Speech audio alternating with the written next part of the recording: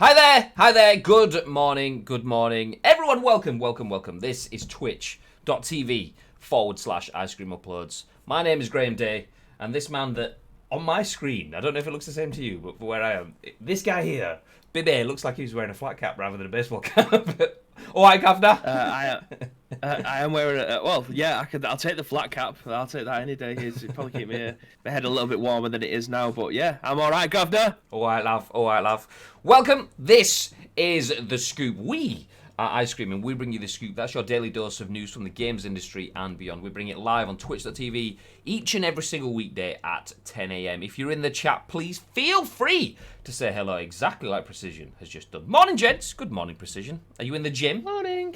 Or are you canoodling with a burger? Because that's the kind of thing that I'd be more likely to be doing. Even though it's only 10:15. There's no way I'd be in the gym, so Burger Central is more kind of my thing. Anyway, we are live on twitch.tv/ice cream uploads. We turn this into a video podcast that we upload to YouTube about an hour or so after we finish the show. The show lasts for an hour or so, or an hour and 40 minutes if it's like yesterday's or the day before's, whenever we had like a marathon session.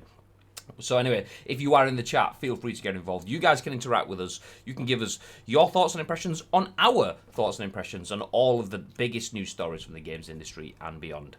We then turn that into an audio podcast on iTunes, Spotify, SoundCloud, Google Play, all of the things. Good morning, peeps. Where's your body, Graham? All I see is a floating head with a cap and headphones. For those of you listening on those 4 audio podcast services, we are split into separate destinations. I'm in my home studio. Baby's in the big ICU studio, but I'm wearing the Sniper Ghost Warrior Contracts insert coin Tease camouflage hoodie, which nobody can see. You just have to take my word for it. It is there. You may see a logo, but that's it. Just floating logo. But yes, good morning, everyone. Welcome. Pretty busy day again. I mean, both of the shows this week have been pretty stacked. We were like an hour and a half-ish yesterday, an hour and 40 minutes or whatever the day before. And we have 6 bits of news today as well, so it's not exactly like we've got a short news day. I like these days. We get to talk. Well, I say we get to talk. Us guys, me and you guys get to talk. Bibby just sits there and goes frozen, kind of like does nothing because, you know, my internet. Yay! Well, I mean, I'm a good-looking lad anyway, so any kind of freeze frame will be good. Come on, let's get him. Come.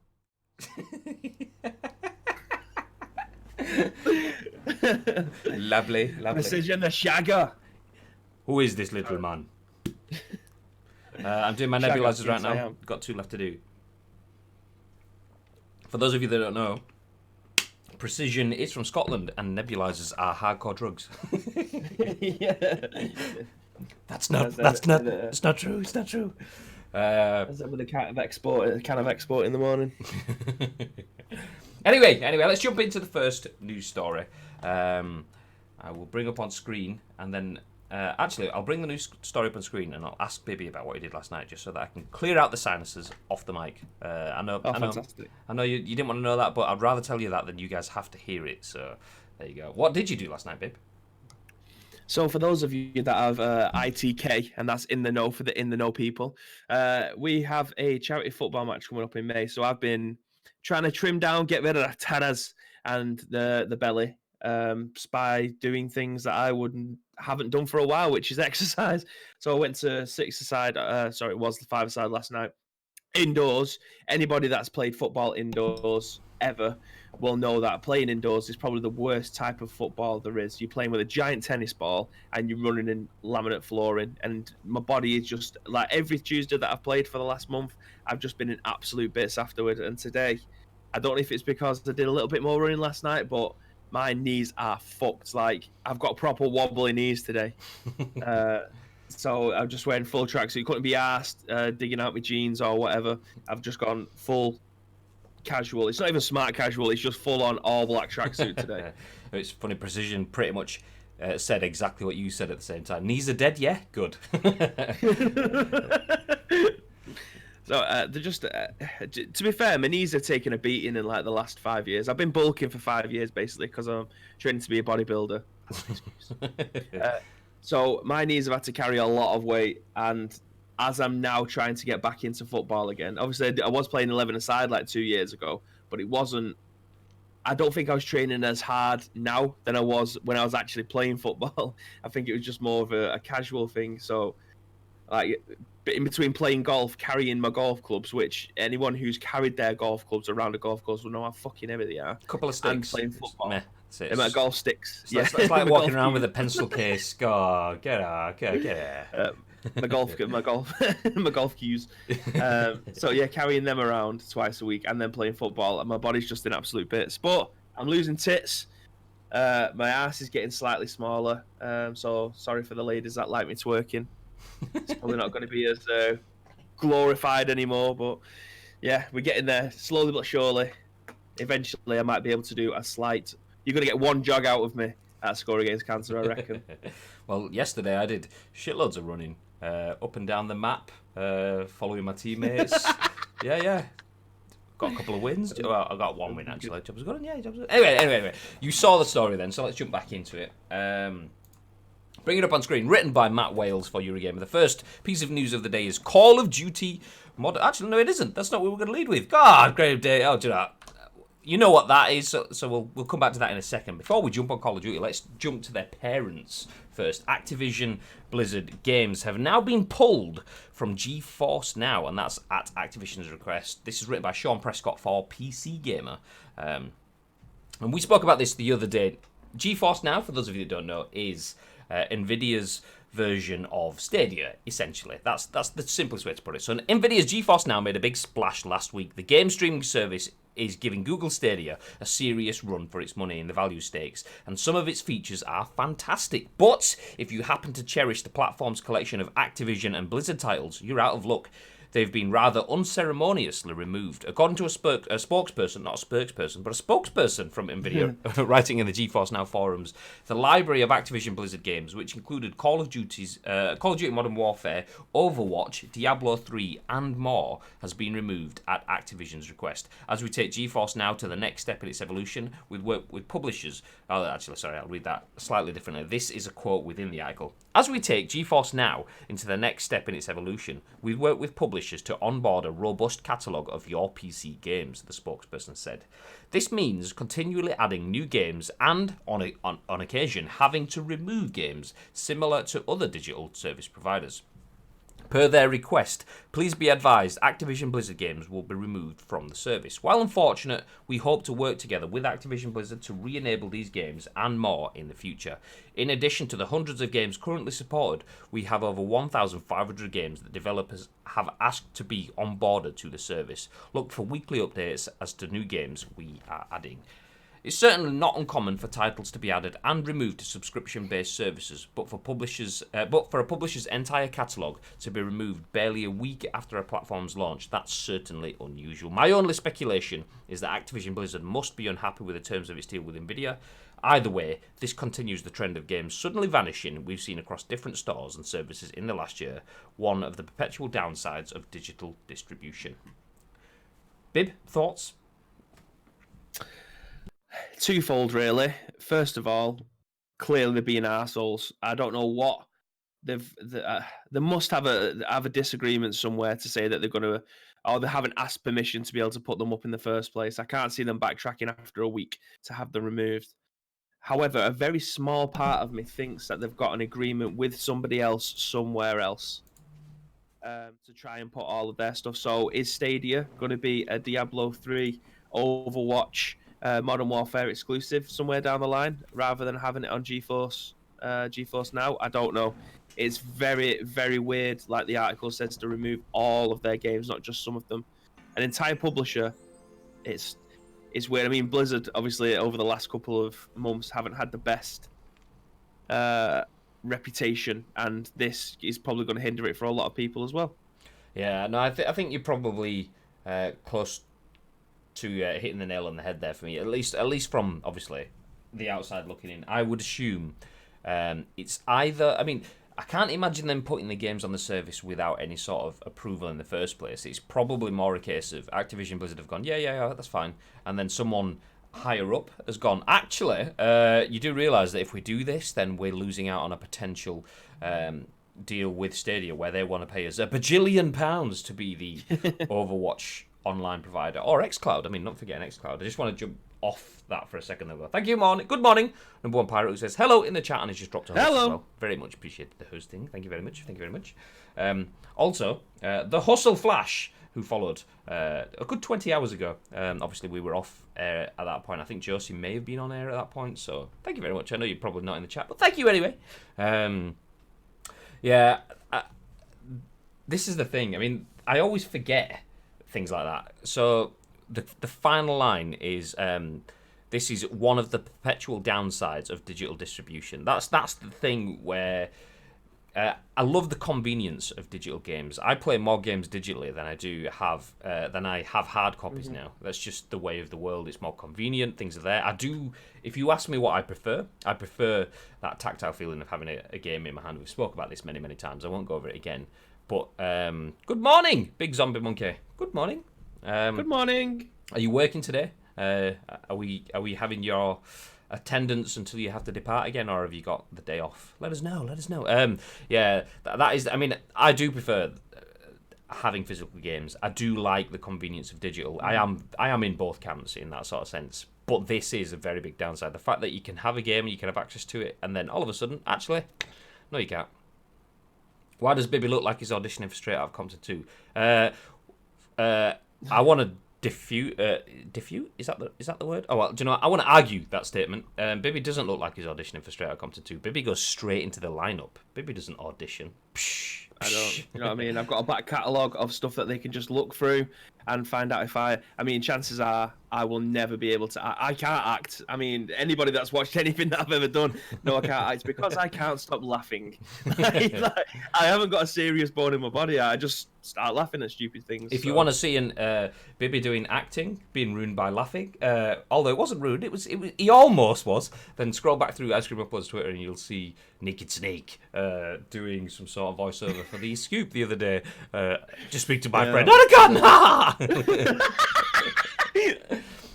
Yeah, I just can't do it. Like, I think, right, this is the take, and then it just goes out the window. Which is why you'll see many, many high fives, because we always say, do you know what, one take? That's actually take 46 usually, but we just go, one take, high five. It's more of a desperation high five than anything. Anyway.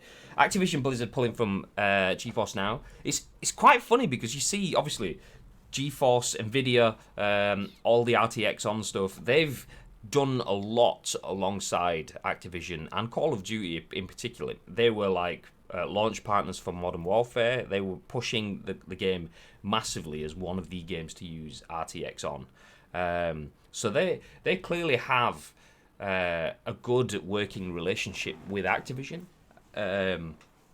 So it's quite weird to see that Activision Blizzard. I mean, it's not. I understand they are different things, having marketing in terms of using product placement and using it as a way to, we'll show your game if you show our RTX stuff and you'll use our functions and stuff.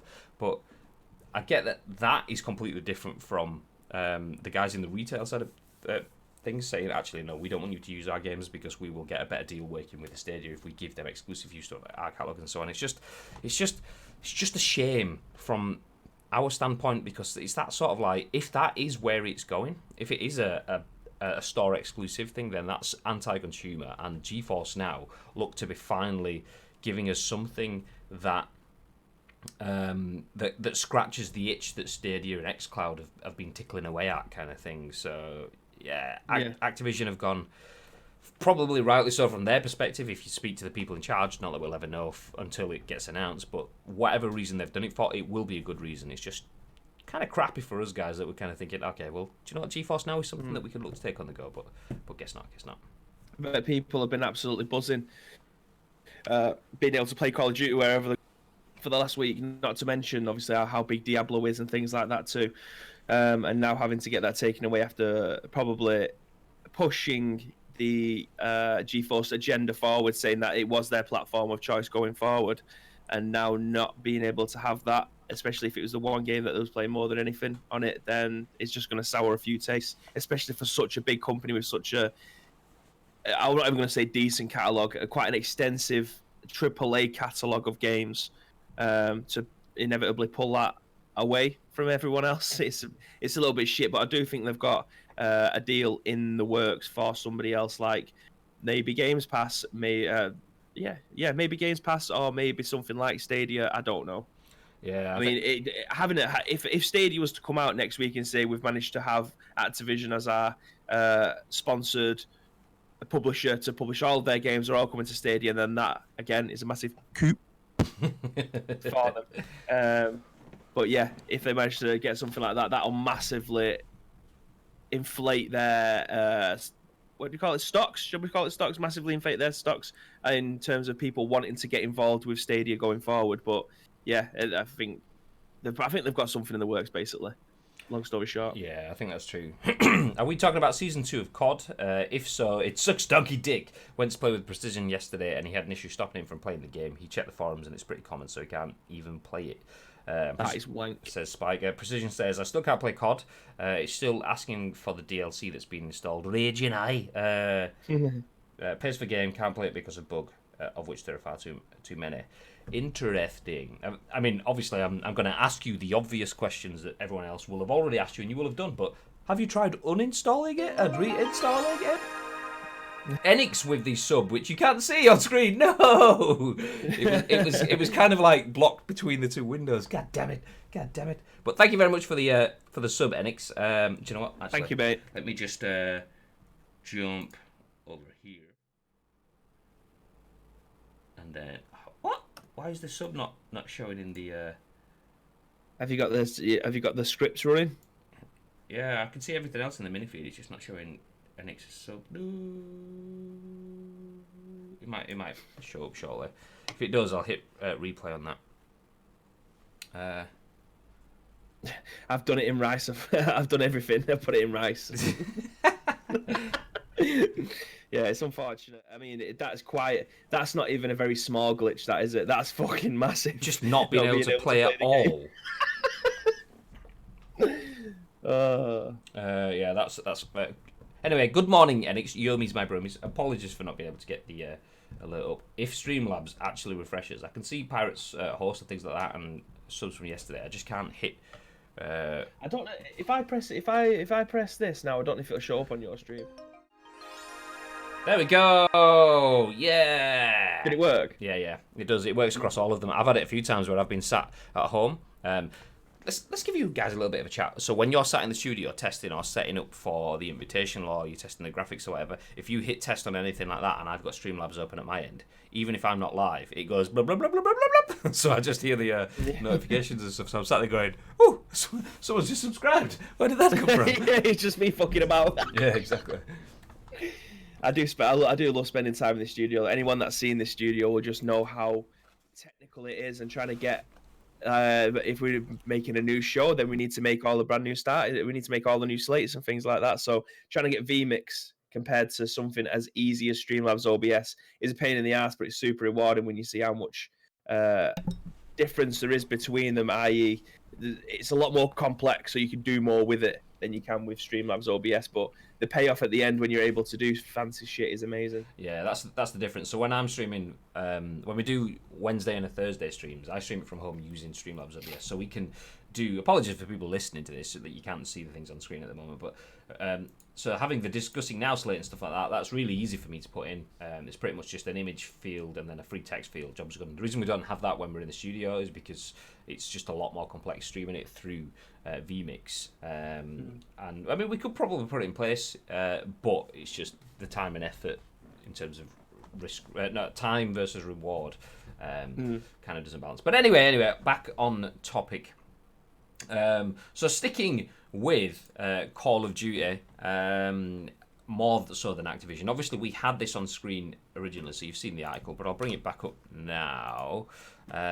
So Spikes mentioned Call of Duty Season 2. We weren't talking about that, but now we are. So there we go. Written by Matt Wales, Fury Gamer. Call of Duty Modern Warfare's heavily leaked Season 2 gets an official unveiling, and it looks like a Battle Royale mode is imminent. Call of Duty Modern Warfare's second season of post-launch content has, following several days of major leakage, I know that feeling, finally been officially revealed, and its array of new maps, modes, and Battle Pass rewards are available now on PS4, Xbox One, and PC.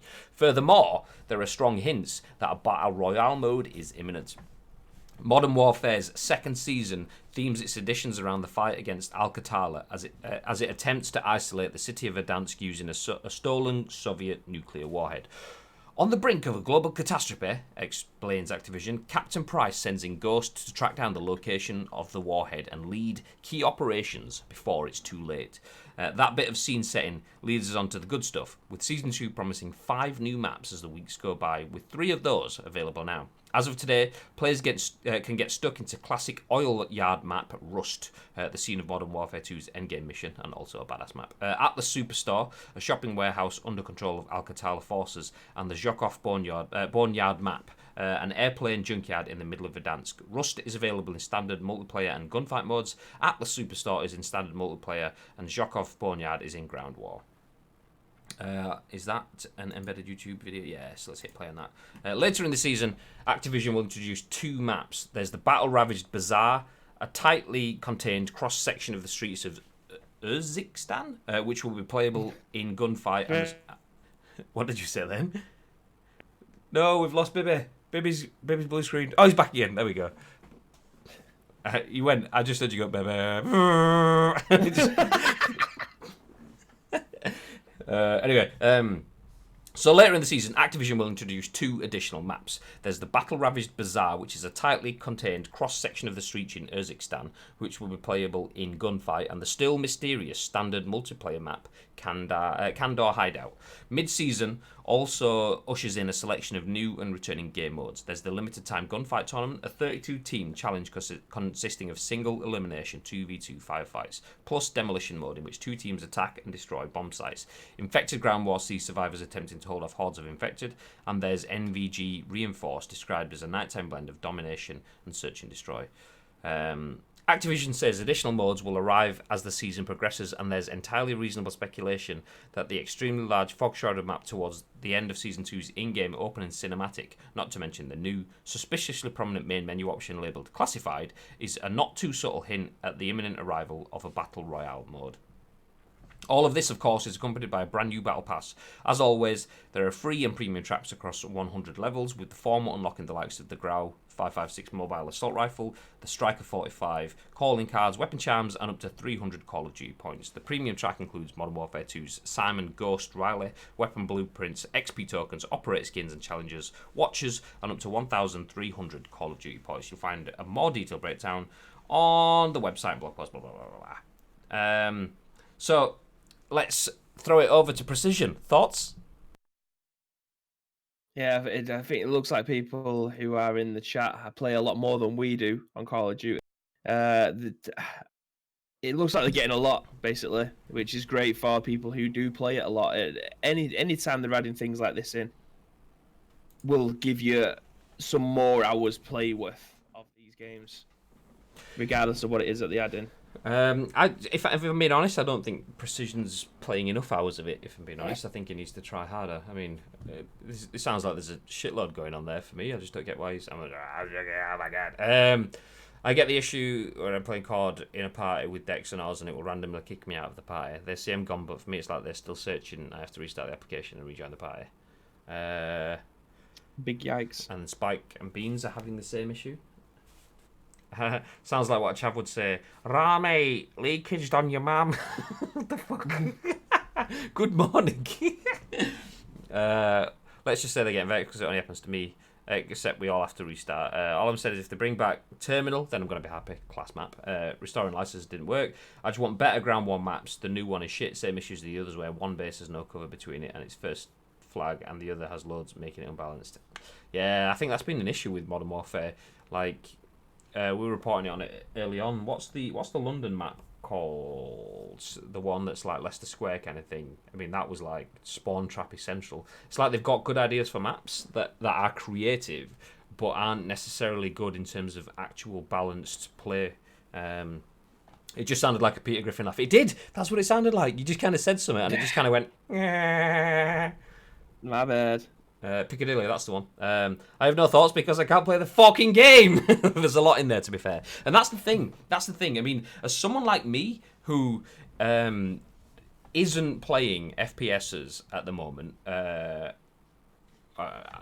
yeah, PUBG is a BR more than an FPS, obviously.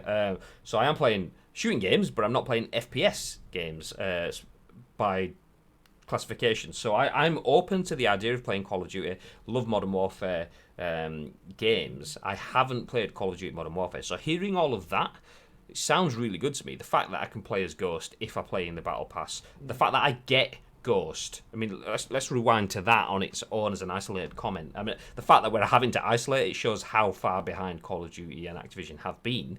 Like, yes, get Ghost by spending 20 bajillion pounds in crates and stuff, or getting the gear and buying him and blah blah blah blah.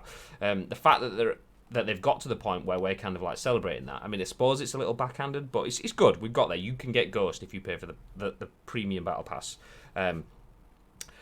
And there is a lot more in there. The fact that Rust's coming back, the fact that there's 4 more other maps across different modes, potentially BR. They have a lot more content. One of the things that they were hated on last year in Black Ops 4 was the fact that Blackout came, and then there was pretty much nothing then. Yes, they tried to add content and stuff, but it died, essentially. Ask PC players that play Call of Duty. You can't get a game in Blackout because there isn't enough people playing it. Without sitting there going, 3 hours later, we finally get 72 people out of 100 kind of thing. But having all of that content and stuff there is wonderful. However, I'm coming at that from someone that likes the idea of Call of Duty Modern Warfare games, but isn't actually playing them. And Precision clearly is coming from that angle too. He likes Modern Warfare games, but he's not playing it either. Are you playing 3PS games? I am. Oh, 3P. So here's a little small theory for you. A little small theory. What about, that there's 3 separate studios that make Call of Duty, and they get churned out every single year. What if, this is probably more of a question for the chat as well, considering they're playing the game now. What if they was to make each studio has their own Call of Duty, right? And they're not churning them out every 3 years. So who is it that made this one? Was it Infinity Ward that made this Call of Duty? Infinity Ward this time, Tryout last time, and then Sledgehammer, Raven time before. So if Infinity Ward was to not make another Call of Duty game now for like 6 years, but just keep on topping up this game so it becomes a live service game. I don't know how. From what it looks like when I watch people stream it, it does look funny. It looks like the shooting mechanics work. Obviously, the gun balancing has always been a problem in Call of Duty anyway, so we'll take that with a pinch of salt. But it looks the most realistic, and it looks like it plays the much. It plays as well. Now, I understand, like what Connor's saying, there's too much money in selling it every year. But they were saying this year they've made more money by selling season passes than they ever have done through microtransactions. What if they was just keep on topping up this game, this particular one by Infinity Ward? Sorry. But then next year, if Treyarch was to make that one, they release their game and they leave it for 4 years, and then Sledgehammer release theirs and then not release theirs for 4 years, but they just keep on bringing new stuff to the game. So you would still have Infinite Modern Warfare, then a new Black Ops, and then whatever numerical one it is. So if they want to focus on World War II or whatever, they can do. I think that's the one that just the most recent one that they brought out, World War II. But yeah, if it was just to leave it and just keep on topping it up with new content, so you're not bringing the same shit, but there's more to play for every time. I don't think they'd ever do it because of the amount of money that they end up making from the game itself. But it's probably just a small theory, because I do think the fact that Battlefield 5 didn't have Battlefield 6 coming out this year, they was just going to bring one out with the new console next year. I think that may have worked in their favor because they've got more time to develop a new game or keep on updating the one that they've got now, which seems to be doing quite well. There's still quite a lot of people playing it. And when I was streaming it for the 3 or 4 weeks that I was playing it, I really enjoyed it. With the new stuff that there was adding the little battle pass things and just stuff to aim for. It was just a very small theory. Me personally, I like the fact that these developers are moving into the season pass or the live service kind of feel to it, because I know I'm not forced it, because I didn't buy it this year, but me and you got Black Ops 4 last year. I didn't play it that much, so there was no chance of me playing it this year because I'm not in the mood to play a Call of Duty game. But if I knew last year they would just keep on topping up with new stuff, then I might have considered picking it back up again. I'd love the idea of them doing that in terms of, okay, we're going to take a year off, 2 years off, whatever years off, and this is our continued service game. Kind of like Overwatch has. Obviously, we're on the verge of Overwatch 2, but they haven't gone, oh, Overwatch 2020, Overwatch 2021. And there's been conversations. I've seen people, not so much in the PES community, but I've seen FIFA guys for many years. The conversations probably happen in the PES community as well, in terms of why don't they just, when we get towards the end of a product cycle, a console cycle in particular, why don't we just get another update, a digital update to FIFA, and then we can have a couple of years off, and then they can come back with something really big, because the devs always say there's only so much you can do in 12 months or 9 months as the product life is. But as Connor says, nice, good morning, Colum, as Gollum says in the chat, there's too much money selling it every year. I think until there's true competition for it, why would they change a winning formula? It's probably just that if it ain't broke, don't fix it. Although Precision and Spike might argue, and Pirate as well, might argue that it is broke for them. But obviously, good morning, Colum. Hey, Colum here, Kappa. Yeah, I think that's the thing is yes, they are making double-digit more in terms of in-game transactions. By this point, they've already made double-digit growth. I don't know if it's on the whole year or if it's by point, but that was announced on their investor call already. Double-digit could be 11%, it could be 85%. Nobody knows what that is. But it's a good, healthy increase on profits made already. So if they keep at that towards the end of the year, they could be massive. But the amount of money that they make just from game sales alone, is that a cross of Connor and Gollum? Yeah, pretty much Gollum. So yeah, the amount of money that they make in game sales alone is just such a huge drop that there's no way that their investors would just, that's it, I'm done, I'm out. The company would just pretty much fizzle away and drop. It would be good for consumers though, in terms of it wouldn't be a case of, oh yeah, well because you're essentially, when you play in a game that's a continued service game, so let's use PUBG as an example. So when you're playing a continued service game, you pay essentially your buy-in fee. Your buy-in fee is buying the game. Then you pay your subscription fee. So it's kind of like having an install fee on your broadband or something, and then you pay your monthly fee to keep your broadband up. That's really good in a game like a PUBG or a game like a Fortnite or any games that offer that continued service. But when you get to a Call of Duty where you get a new one every year, it's like, yeah, you have to pay for your install fee on your broadband for 12 months. But then next year, okay, you have to pay for us to install upgrades, and then you pay your subscription for 12 months. And that is, it's obviously not as good for consumers, but that just is what it is. I don't think we're going to see anything changing on that, at least in the next 10 years, maybe less. The world can change a lot in 5 years. 5 years ago, we had no Fortnite or season passes or battle passes or anything, so yeah, we never know. But at this point in time, there's absolutely no way that Call of Duty and Activision are going to be like, yeah, actually, do you know what? Yeah, we're not going to create Call of Duty 2021. We're just going to have Modern Warfare extension kind of thing. We'll have another year of Modern Warfare content, visual upgrades and quality of life upgrades and stuff that you get in normal games as a service sort of software. But yeah, we're not there with Call of Duty. Especially if you hear any bleeping, it's Bibby swearing. PC. The chat PC has gone to shit, so I'm just restarting it. So I can't see any of the chat. And the back walls are obviously write stuff in the chat about Bibby. Tell me what you really think about Bibby in the chat. He can't see it. You could just tell me, and it's just secret between me and you. That's fine. Yeah, I don't know. I don't understand why it just came up with like a massive error message, and then decided to start restarting itself. Pirate says, I've seen Bibby in the shower. He's not as big a man as he... Oh, nice. Interesting. Absolutely. I'm a smacked him with my windmill, mate. Woo! Connor says, all over, Gaff. Bibby's a noob. Burn! Oh, the traditional stuff. Love it. Spike, I cannot repeat those words. No. Bibby's a big ginger bear. Anyway. She is. Call of Duty, yeah, there's absolutely no way they're going to restructure the way they do their payment system. No, I think we all know that anyway. No one ever really said they would. It would just be nice to see it, especially though with the fact that Activision Blizzard are just pulling those games from outlets so that they can, you'd assume, monetize them even further in terms of brand deals and partnership placement. So yeah, at the moment, it's not going to happen. It's not going to happen. And it says, I want some Iron Brew. What? I want some Iron Brew. He spelled Iron Brew wrong. Precision's raging. I can feel it. Did you want me to pad there? No, because I'd forgotten to update the slate. But you can pad now though.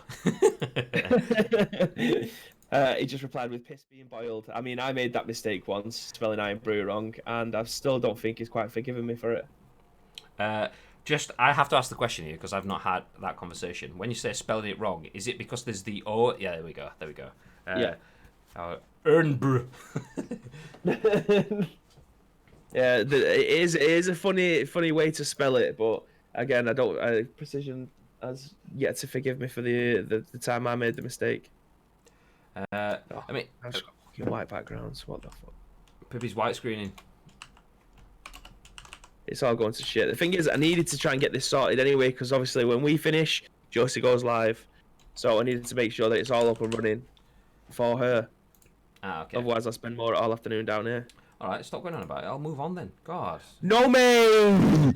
Sorry. Next news story. Let's put that full screen. Steve Watts, writing for GameSpot, says PS5 website launches, price, release date, and more details coming soon. PlayStation 5 is on the way, but many of the biggest details have not yet been shared. What an absolute clickbait title that is. PS5 website launches, price, release date, and more coming soon. It's like, look at all the things that we're not talking about. Oh, great. Very much. The PlayStation 5 is launching this year. Its release is coming sometime this fall, and now Sony has opened next generation console. I think he means opened the next generation console's official website. The dedicated landing page doesn't feature many details yet, but it does offer a sign up for we've covered this previously. Yeah, okay, this was literally written yesterday, but we have covered this. Okay, there is a website that you can sign up and get email alerts. Let's scroll down and see if anything. We're not sure. I couldn't remember how we covered it and if there was anything else in there that we hadn't seen, but it only got written yesterday evening. Yeah, this is pretty much. Is it just for the clicks? Yeah, exactly, 100% that. Steve Watts has absolutely had us over here. Sorry, Steve, that's it. You're not coming back on the scoop. Get out of here. Well, essentially, all that Steve. article is saying is there is a website for the PS5. There is no details on it, and Xbox doesn't class them as competitors, which we've covered elsewhere already. Maybe Steve was just on. Do you know what, Steve? Give you the benefit of the doubt. Maybe you were just on holiday. I mean, I've gone through the effort of writing this. PS5 website launches. We've got discussing now slate there on screen and everything. Steve, God's sake, Steve. Valentine's Day week and everything, and you just don't even care. Where is the love? Where the love tonight? Anyway, go on, give us some more padding now, babe, because we're going to have to discuss it now because we're skipping past that point. Speaking of Valentine's Day, is there anyone in here who's doing anything for Valentine's Day? Have you got your special someone, something special? I've got stuff planned-ish. Can you say what it is? I don't know. I mean, it's nothing massive. Do you know what I mean? Like, hey. I was waiting for that. As soon as I said it, I was like, "Fuck." But yeah, it's nothing absolutely massive because without offending any women that may potentially listen to this, or men, shall we say.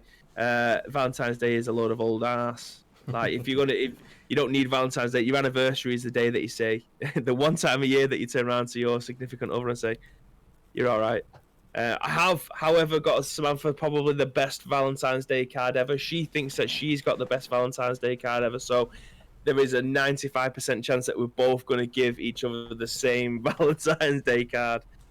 Which surely has never been done in the history of giving cards. This is where one of you has gone like full on heartfelt romance, and the other one's gone full out balls out banter, and it's like I've got you the best card ever.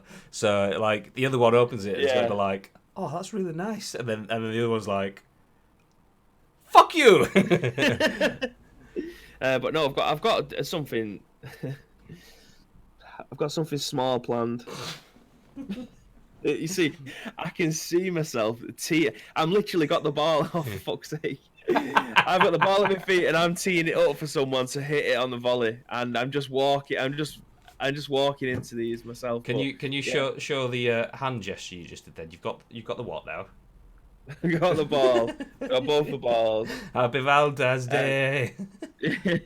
But yeah, I've got something in the bag, shall we say? I bet you have, laddie. Hey, it's called my balls. Me and the missus always get the banter cards. It's like competition, so you can out insult you. That's good. That's good. It's just Friday to me. That's pretty much what it is. We do usually do something. We don't tend to go out. We tend to usually just have a nice bit of food. Be very careful what you say, because I can see Danielle's in the chat. Yeah, that's fine. I'm not going to mention anything. We usually just have food in because we are a romantic couple, but we don't want to be ripped off by commercialism. Let's go out and get a meal. Absolutely. Oh, nice. Let's go out and get a meal on Valentine's Day. Nice. That's 30% more than it is elsewhere. We aren't idiots, so we just go, do you know what? Actually, let's get some steaks in, have a nice meal, and yeah, as everyone on Facebook will always say, no doubt someone will be writing it somewhere. Valentine's Day, don't need an excuse to be romantic. I mean, that's it. It is one of those cliche things that's come out now, but that's essentially what it is. Valentine's Day is just a crock of shit. If you're in a relationship with someone that you love, then you can share it in your own little ways each and every single day. If that means out insulting each other like Spike's mentioned, then that is how you live your relationship. That's how it should be. It shouldn't be a case of, let's go out and buy chocolates, let's go out and buy flowers or whatever. If Bibby wants to cup imaginary balls in front of his face for Valentine's Day, then let him. That's how he wants to live his life.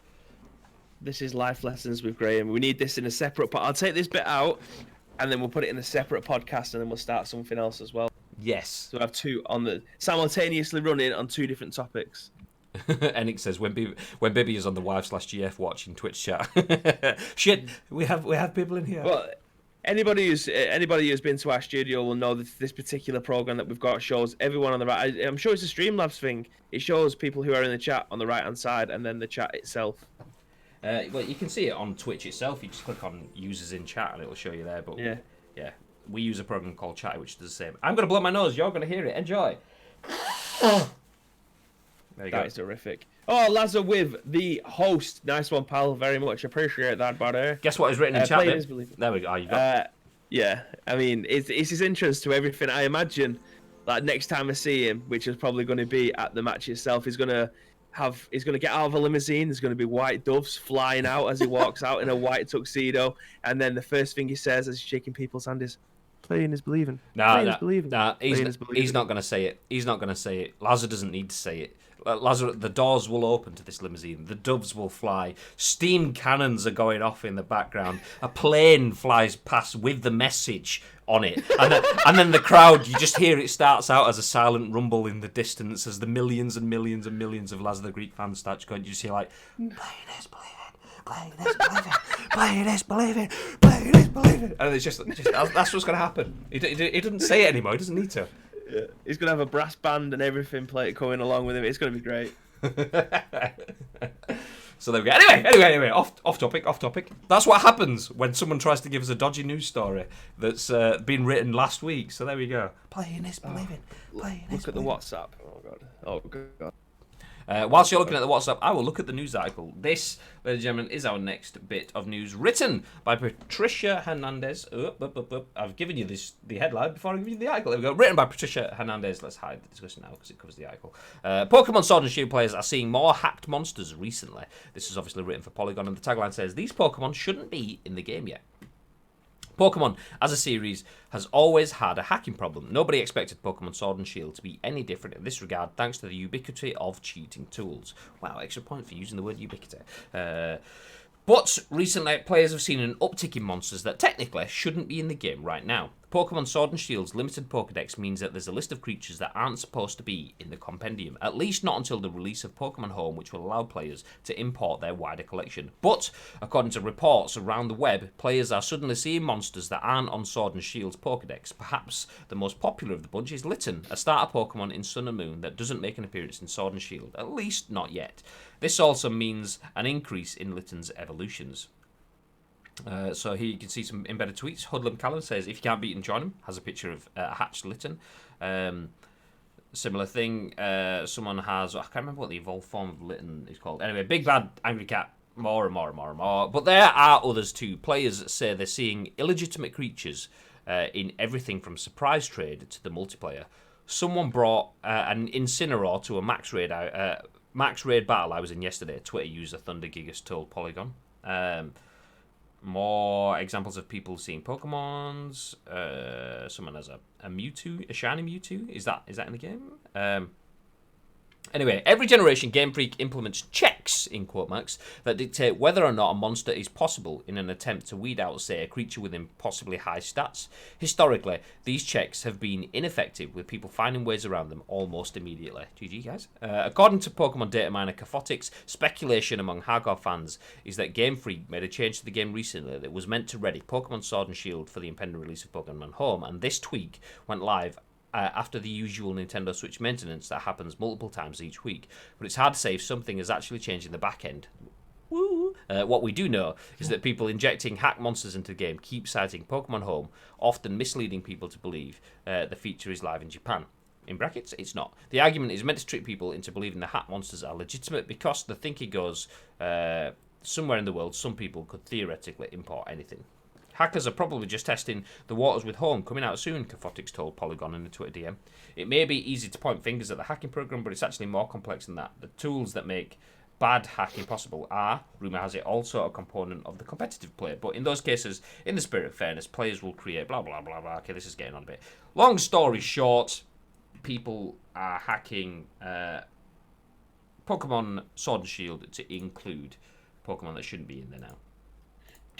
The reason I've included this in, obviously, because it is quite a big story with people using Pokemon that shouldn't be readily available in there. However, it looks like the hack's been implemented off of the back of Nintendo failing to complete their maintenance. Is that right? I read it as Nintendo did their weekly maintenance, and not that they didn't complete it. Whatever they changed to include Pokemon Home has kind of like added some insecurities that people have then been able to find as a way to get through. So essentially, by adding Pokemon Home, they've added a backdoor for people to get in and do these dodgy trades. One thing I didn't actually mention it. I don't know if you mentioned it. Obviously, Lazar Greig dropped a host on us. Thank you very much, Lazar. But Ads Players dropped a host too. So thank you very much, Ads. Good morning. Sorry, you were saying? Yeah, cause the way I was reading it, obviously when I pull these together, I kind of go through and see whether or not it's worth talking about. But the reason, like I mentioned a minute ago, the reason I included it is because the way I was reading it was that they've managed to kind of open the door for people to be able to do it. Not necessarily that people have hacked to be able to do it. Because imagine if they accidentally left the door open for someone to be able to go in and get these Pokemon, but then they're putting them into the multiplayer trade system. Like, I don't know every generation of Pokemon, so if I was to go and trade, if I was to see a Pokemon that was in there that I didn't have and I went to trade it to get that Pokemon and I ended up having it and then I ended up getting banned from it, whose fault would that be? Yeah, that's the thing. Because is it your responsibility as a player of a game that has trading functions? Is it your responsibility, or should it be your responsibility as a person playing a game? And fair enough, you might be fully into the game. You might be a hardcore game player that knows exactly what creatures are in, what creatures aren't, and when things are coming. But if you're a casual player that says, "Oh, I've got a gap in my Pokedex. This guy's going to give me one of those. Job's a good one," and you get the ban for that. Is it your responsibility to be doing the groundwork and checking the stuff that this game has allowed you to have through the normal procedures, and you've done nothing wrong? Is it your responsibility to get the ban? And I would say it isn't, because they can't go, "Oh, you need to check whether our game is legit before you play it." That's essentially what it's saying, which is bullshit. They reached out for comment. Nintendo didn't respond, obviously. because I only know probably the first and second generation Pokemon, the second generation as a stretch. Like I've still played them, but I couldn't tell you everything about them. I just tend to, if I see the first 151, I'm going to use them in the game or whatever. Funnily enough, me and Samantha have actually started watching before we go to bed at night at least one episode of Pokemon that's on Netflix at the moment because we found them last week. I was like, yeah, that's going on the list. So we've been watching each one anyway. Yeah, if I was to trade a Pokemon because it wasn't in my Pokedex and I seen it and then I take it, would I get banned for it? Especially if you're a child and you're not necessarily you're playing this is your first Pokemon game and you've got it with your Switch. Like, how would they know? They wouldn't, would they? Yeah, that's the thing. I mean, the comment I was reading the last line just because that echoes exactly what you just said. The problem for some is less that these Pokemon exist. The problem for some is less that these Pokemon exist at all. It's the fact that folks are being misled into believing they're legit. Innocent players are also worried that they may be punished for receiving monsters they didn't ask for through features like surprise trade. I have no idea what surprise trade, but that sounds even worse. If it's like what you can't even see what you're trading, and all of a sudden you just get like level 70 bajillion shiny Mewtwo, and it's like, fuck yeah! Next day, boom. Yeah. It's like, oh, okay, never mind. Surprise trade, though, that leads me to a button that I've never actually pressed on the Scoop before. I mean, a surprise trade, that's you giving a Pokemon away to someone, potentially, I'm guessing. This is just stick with the guess for now. Bibby won't be able to hear it, so we'll just have to let him pretend he does. So you give your Pokemon away, and someone gives you a Pokemon back in return, but as you don't know what it is, you're left thinking, who's that Pokemon? I've got the who's that Pokemon sound effect on my stream deck. Oh, it's Pikachu! Oh god, the best thing ever. I love that line. It doesn't have the it's Pikachu! It's Clefairy! Fuck! I've not got that bit on. I've just got the oh, we've lost Bib. That's it. A little bit of who's that Pokemon and he's gone. Can you still hear us, Bib? No! Did it just DC then? Oh, you have no picture. We have audio, but you have no picture. Okay. I was just going through Spike. I just seen Spike's comment. It said, "Oh, I need to ask you a question about your merch. The jerseys. What size do you wear, Bibby?" Well, this is the problem.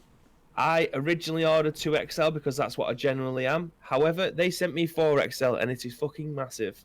So these don't shrink in the wash either. Like they are amazing material. So if I was being I would probably get 2 at a push 3XL because I tried Connor's on and it was still a little bit bigger than mine.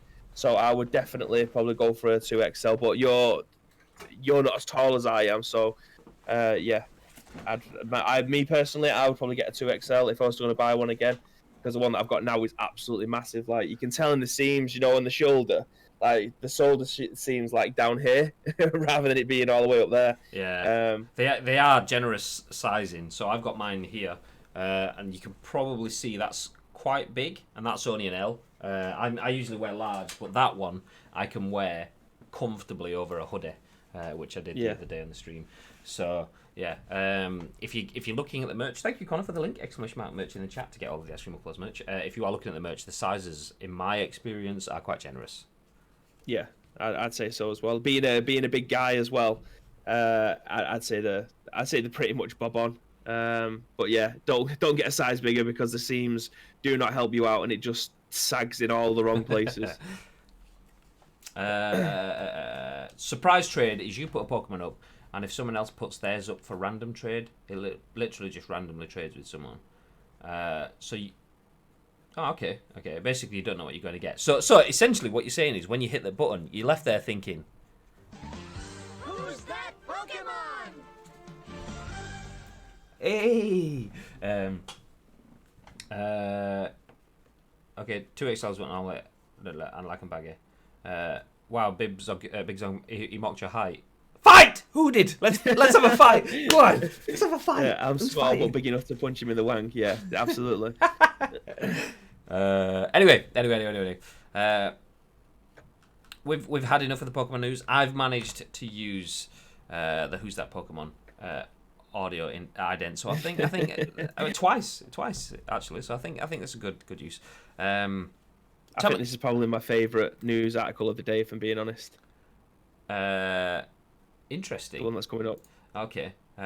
Without saying too much, and purely for padding reasons. Tell us why. Yes. Well, as someone who has recently, I say recently, I've been playing it for a while, but the esports side of things is incredible. If anyone's ever watched this as an esport before, Mr. Connor, who's in the chat, first thing you did this morning was mention, have you got this in your news story today? So I think he's very excited about what we have in store for this. It's something that is from a massive publisher that are just getting kind of into this, taking inspiration from many esports games. It's not Farming Simulator, no. However, that is dynamite content. But this is a banger. This is a banger. Banger. All right, then. Well, let's bring it up on screen. That's enough of the build-up. Nice padding there. Absolutely nailed it, by the way. First details on Riot's new shooter, Project A, emerged from Counter-Strike Pro. This is written by Austen Goslin for Polygon. Counter-Strike commentator Henry G has some positive thoughts on Riot's FPS. So Riot Games revealed its mysterious shooter Project A back in October 2019, but has kept the game's details a carefully guarded secret. Now, it seems that the company is showing Project A to a few more people, including Counter-Strike Global Offensive commentator Henry G, who was able to share a few of his first impressions about the game on Twitter. One of the first things that Henry G notes in his Twitter thread is that the game feels most similar to CSGO if he had to give a quick comparison, which I suppose you kind of expect. Anyway, what he played featured round-based games with 5-on-5 combat, all wrapped in a tactical shooter package. He notes that the matches he played required 12 rounds for one team to win the game. Had attackers... He notes that the matches he played required 12 rounds for one team to win the game, had attackers and defenders that switched halfway through the game, and maps had 2 bomb sites. This description is almost identical to Counter-Strike's the game's most popular and well-known mode. Despite the fact the game is hero-based and there are abilities, that isn't the primary focus like it would be with games like Overwatch or Apex Legends, he said. Most of the abilities require players to purchase them at the start of each round, along with purchasing weapons. Based on Henry G's descriptions, it sounds like abilities will function similarly to the utility items like smoke and flashbang grenades that exist in CSGO. They just happen to be a little bit more outlandish. So while the abilities certainly sound impactful, Henry G described one situation where he uses movement abilities to trap an opponent before moving in to finish them off. It doesn't seem like they'll be the deciding force for most rounds. You can have a great time playing without having to rely too much on the abilities to assist you in your game, he tweeted. The reason for this is that the weapons themselves are especially deadly. Rather than games like Overwatch, where few characters can offer one-shot kills and abilities decide how almost every encounter plays out, Henry G also tweeted that... Oh my god, I'm struggling to read this. Let me blow my nose one more time. I'm trying to read it without going... Oh, Spike's on his jersey. What a fucking guy. Absolute legend. Legend. Okay. The reason for this is that the weapons themselves are especially deadly. Rather than games like Overwatch, where few characters can offer one-shot kills and abilities decide how almost every encounter plays out. Still don't read properly to me. Anyway, Henry G also tweeted that most of the rifles in the game will take down an opponent in one headshot. Henry G also mentions that each class has access to the same weapons, which should mean that you can choose who you want to play a little more freely than other games of the style. Finally, Henry G mentions how much he liked the map design of Project A, noting that it felt like it followed the kinds of design philosophy that has made Counter-Strike maps iconic for years. In a tweet about the maps, he wrote, "They've been beautifully created and follow Counter-Strike-esque familiar lanes and choke points with a focus on gameplay substance rather than flowery aesthetics." Henry G also mentions that he will be able to reveal more information about the game in the future, as well as creating other content around it, but that is all he can say for now. In one of the thread's final tweets, he leaves fans with this tantalizing bit of information. Project A is the best game I have played since CSGO. Ooh. It's a big statement. That it is a massive statement.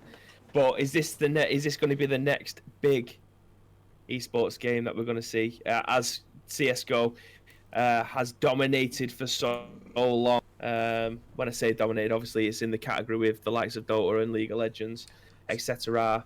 I have to put the etc. part in before Connor rips my head off again. But yeah, it's going to be a massive game, and it's interesting to see how Riot are going to take this forward. I mean, they are notorious for making games that seem to do really well. So let's see how this one goes. I feel like this article is written so poorly, so GG for that, Graham. It's hard as well when your nose is full of all of the mucus, so you're trying to get it out. But there we go. Thank you. Yeah, it's like when this was announced, I kind of it didn't resonate so much with me as someone that hasn't really played CS:GO apart from the ice cream contest where I lost the loop by like 0.001 seconds because Connor fixed it. I mean, but I'm not bothered or anything, you know. Just saying. Anyway, so that was my first time playing Counter-Strike. The first time I watched Counter-Strike was when we covered the ECS Season 6 social stuff, and Connor and Jordan both gave me a crash course on what CS:GO is, how it works, and Assault. No. They gave me a crash course, and I went from being, this looks all right, to in the end, like, fuck me, triple wallbang clutch, motherfucker. So, like, yeah, it kind of grew on me. But so I can see the passion, I could see where the hype came from. Because in this space of 8 hours, I went from being... I mean, the fact it was like 4 o'clock in the morning by the time we finished probably helped with my delusion sort of like headspace that I was in at the time. But I could see the hype around it. And I just thought, you know what? Not so much with me. I'm probably... I might try it, I might not. We'll see. But the more I hear about it, and the more, like, when you're hearing people that aren't, like... actually, I'll take that with a pinch. I don't actually know if Henry G has been paid for his opinions, but let's just assume, probably negatively, that he hasn't been paid for his opinions. But if Henry G is saying, like, the simplistic stuff that you want to hear as someone that wants a really good playing game... The maps aren't bothered. They're not throwing in all the aesthetics, so you're not going to get the beautiful visuals that you're getting in Battlefield 5. You're not. It's as simple as that. But what you are getting is really well planned out, really well thought through maps, and that is what makes and breaks things. Like we spoke about Call of Duty early on, and Piccadilly having really, really flawed maps, having choke points and having flag points being basically spawn traps. Like, that just instantly kills the map. Yes, it looks wonderful. Yes, I can see London buses. Yes, there's underground elements. It all looks amazing. It all resonates. It's relative. I can see it. I've been there. But then it's like, but the map plays a piece of shit, so I don't ever want to go there ever again. Whereas this, obviously, you don't have that beauty and that relevance. But the fact that it's been built on solid gunplay, really good maps, and good gameplay mechanics, then that is... That now, at this point, when I'm starting to hear... the words of real people, not necessarily the marketing machine. And like I said, he could be part of the marketing machine for all we know. But let's assume he isn't. Yeah. Then now it starts to like hit like, oh, this could be something. This could be something. Well, this is I touched on it before, but Riot Games having the collection that they have, for anyone who's not in the know of what it is that they've got already. So they've got League of Legends, but perhaps the biggest MOBA in the world, Teamfight Tactics, which Connor's been absolutely blasted at the moment, which is like an auto battler. Is it auto chest? Auto chest, sorry. Auto is chest. that the terminology that you use? Auto chest? Auto battler is the name of the... auto chess is one of the games that is an auto battler. Right, yeah, so it's like an auto battler kind of thing. And then Legends of Runeterra, which is the card version going up against probably Hearthstone. So if they're throwing in a FPS into the mix as well, that are trying to go for a game in a genre across all different types as well. Sorry, I'll work that out again. They've got a game competing in every genre against other games of other genres. So you might have this Project A going against CS:GO, and you have a Legends of Runeterra going up against Hearthstone. They're trying to flood the market with their top tier games, and if they do it well, then it's up for everybody else to catch up. Keep talking. Blame it us. Sorry, I was waiting for your thoughts. It didn't come. It didn't arrive. But Connor says, "Nah, I barely play it, mate." He bought a wire to go from his sofa to the TV so he could play on his tablet on the big TV, which I thought was a bit weird because you'd be able to see the tablet, but it'd be playing on the PC on the TV. But yeah, it doesn't work. But he's got a laptop that now works. It says, I believe it'll be bigger than Overwatch and they have a better events than CSGO, but not sure they'll have a better viewership than CSGO. Well, straight out the gate, they're never going to have that. Despite people being potentially Riot fanboys, if you're a fanboy of a particular genre or a game, the chances of you going watching another game from the same people probably isn't going to be high on their list of things to get entertained by. However, if their events go really well, the game plays well, and they have the right teams and personalities playing, then I think it could do well when it eventually comes out. I think it'll kill. I think straight off it'll kill Overwatch. To be honest.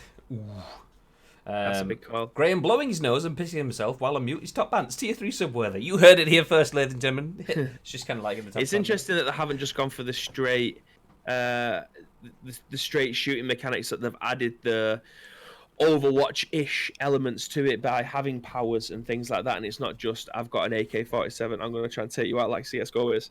I think it looks like they're trying to compete in both markets. I think there's the differentiation factor there as well. Is if there is already a nice loaf of bread and someone comes along with another loaf of bread, most people are going to go, do you know what, actually, I've got this loaf of bread, it's really nice, I'm just going to keep tucking into this bad boy, but thanks, mate. But if someone comes along with a loaf of bread that's got a little bit of butter on it and some deli meats inside, then you'll be like, fuck this piece of bread.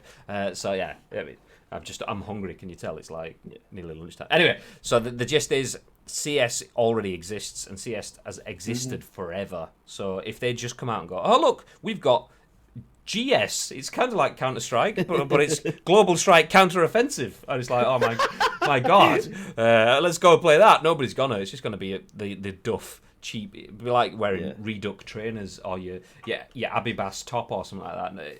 So by taking the elements that people are starting to get to grips with, I mean, having legends and having operators and having that sort of mindset going into games. So obviously Siege has it, Apex has it, Overwatch has it. That's more of a newer thing. Oh well, not necessarily a newer thing, but it's more something that's in the bigger games.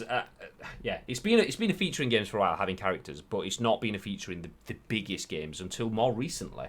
So what's wrong with my knockoff Nike name, Spike? No comment. Your tick's it's just like a little thing that goes the other way around. Or tick that's going backwards rather than forwards. So I think it's kind of intelligent in terms of they are copying mechanics from a style of game that can bring other people in. They're copying the CS:GO side of things. They're copying the Apex and the Overwatch, and they're putting all of that together is good because you do get that cross pollination. But they're also being able to pick and choose from. Okay, this is a big game right now. I want that part of it. This is a big game right now. I want that part of it. And that's, I mean, in before Project A adds a battle royale. Ooh, Kappa. Nah, they probably. I imagine they won't. But if they add things like battle royale, it'll seem. I think when they start adding that, it'll seem like they're getting to the point where they're doing jack of all trades kind of things. I mean, yes, fair enough. After launch, down the line, you can add it in like CS did. I mean, theirs was what was it, a 16-man or a 12-man battle royale or something that I've watched you playing. I think it was more than that. I think it was probably 20, 25. It definitely wasn't 100 anyway.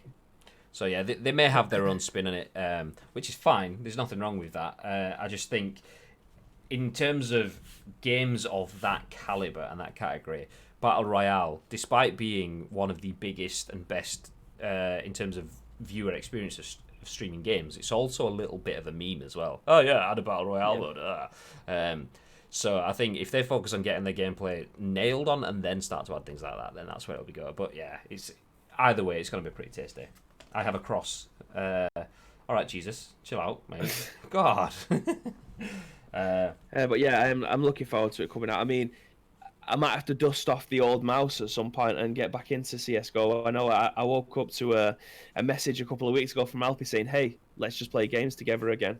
So I think that this could be the time where we get back into play. It's either that, or we'll both just dip back into Elder Scrolls Online, get the new Elsewhere patch, and then just continue our journey into becoming the greatest saviors of the Elder Scrolls series. I mean, either way is good with me. Speaking of Elder Scrolls, have you bought it on any more formats recently, Bib? You was kind of like a crack addict, just like have you got Elder Scrolls on like something that I've not bought it on yet? I mean, I've bought it.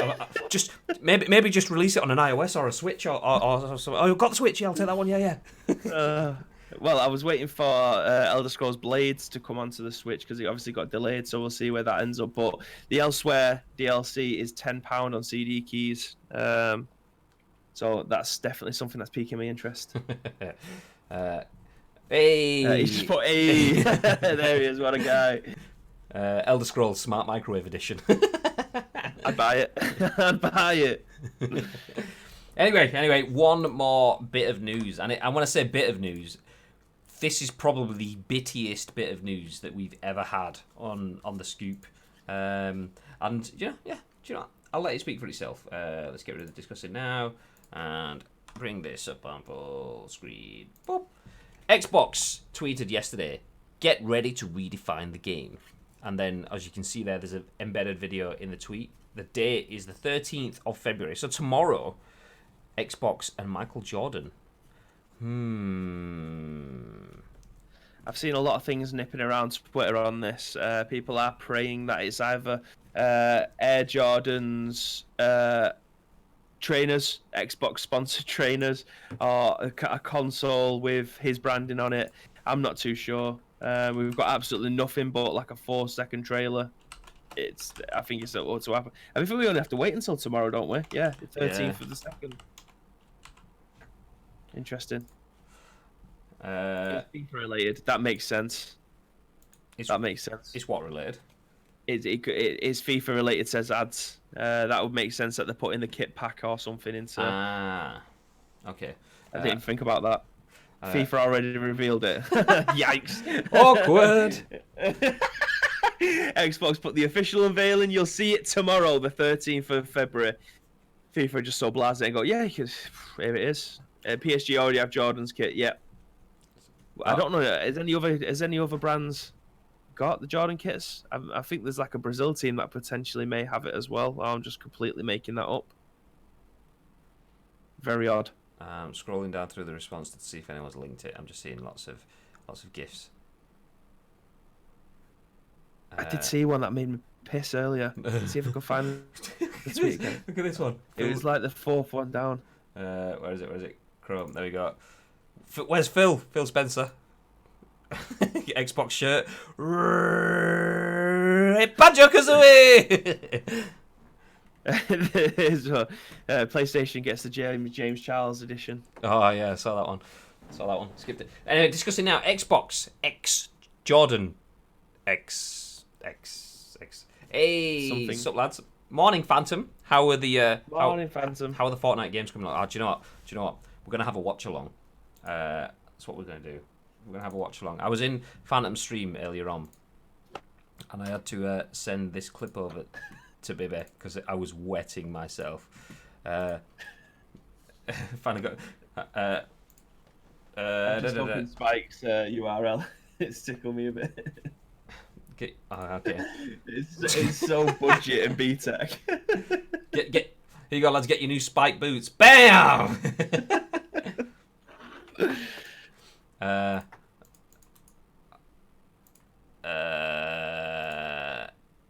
we go. I'm gonna open this clip. So this is a little bit of a watch along from Phantom's stream earlier on. So one minute then. So Phantom in the chat plays Fortnite. Anyway, he is a little bit of a troll, which is pretty fun to watch if you're into that kind of thing. Anyway, he was playing earlier on, and the context is he's dropped into a game with this kid who is hyping himself up. Do you know? So. Where do you want to go? Salty. Trying to get dub. You're trying to get a dub. Nice, car. So It's a dub. this My kid's combo looks stupid, but told Phantom he's got something to show him. It's going to be really, really good. I've already locking it in right now. If I could bet my life on this game, I would. You sound confident, bro. yeah, because I am. I ain't stupid, you know. Come for the gas station. Mayday, mayday, mayday, mayday, mayday, mayday, mayday. Drop it in. Want to see this amazing thing this kid's got to show? Look it, come to me. Look at this. Look, don't open the chest yet. Look. Dude, I need What, to be what's he got to show? What's it? What It's I'm gonna do to all the people. oh, take the L. That's all it was. Get out of here!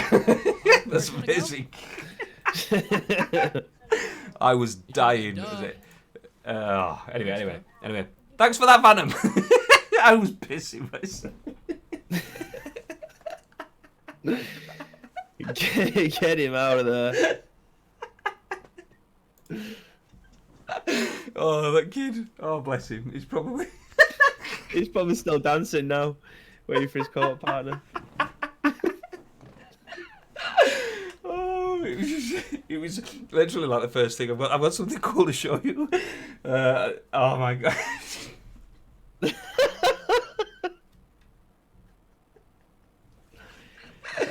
Oh, massive yikes. Anyway, what were we talking about? I can't remember now. I've just sent you something before we leave that I think will probably give you a chubby. You didn't send it on Discord, did you? No, I sent it on Slack. Okay, that's good, because it means I have to minimize your screen and stuff. Yeah, that's why I sent it on Slack. I thought, oh god. This Yes. This is something that I have wanted for a very long time. I mean, full disclosure, it's not really relevant to me anymore. I'll bring it on screen so you know what we're talking about. This is the GTA Vice City CD soundtrack. 7 CD soundtrack. It was like 45 quid. I remember seeing it in like HMV back in the day.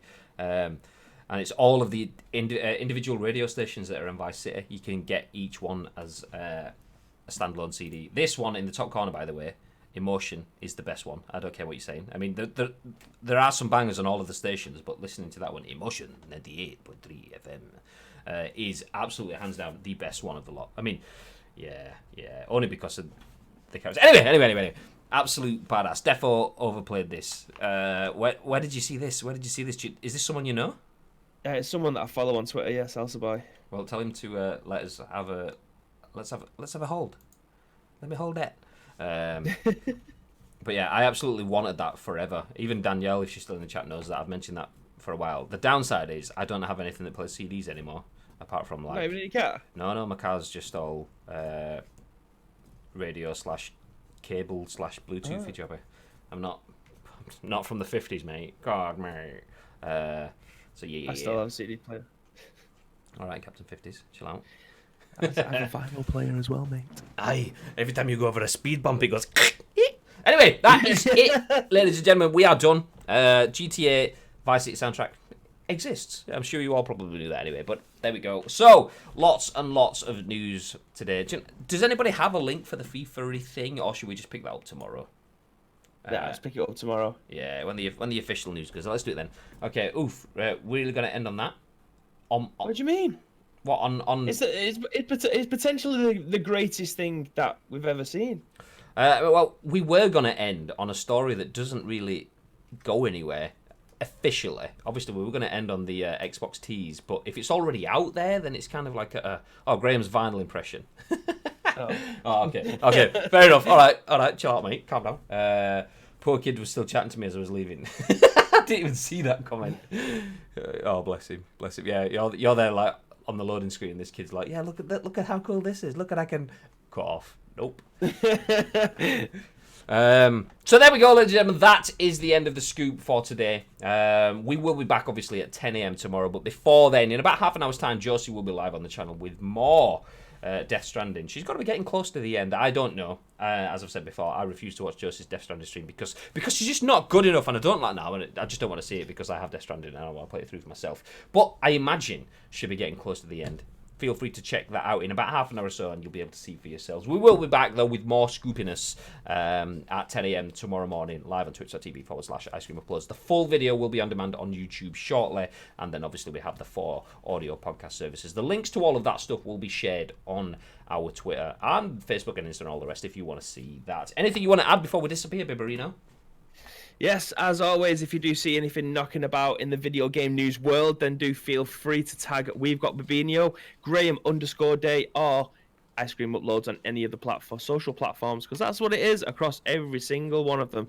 We will take your thoughts, give you our thoughts in the very next show. Yeah, well, that is it. Oh, actually, one thing I do want to mention, just before I go, completely not relevant whatsoever, but it's relevant to me, is I mentioned I was hungry earlier on, talking about food. We have a slow cooker with a big beef joint in it that's just covered in gravy and everything, and I just sat back for a second, then I got a waft of beef. So I'm going to go and stuff my face. Have yourselves a very lovely day doing exactly the same. And until 10 a.m. in the morning from myself and Bibarino, have a lovely day and stay frosty.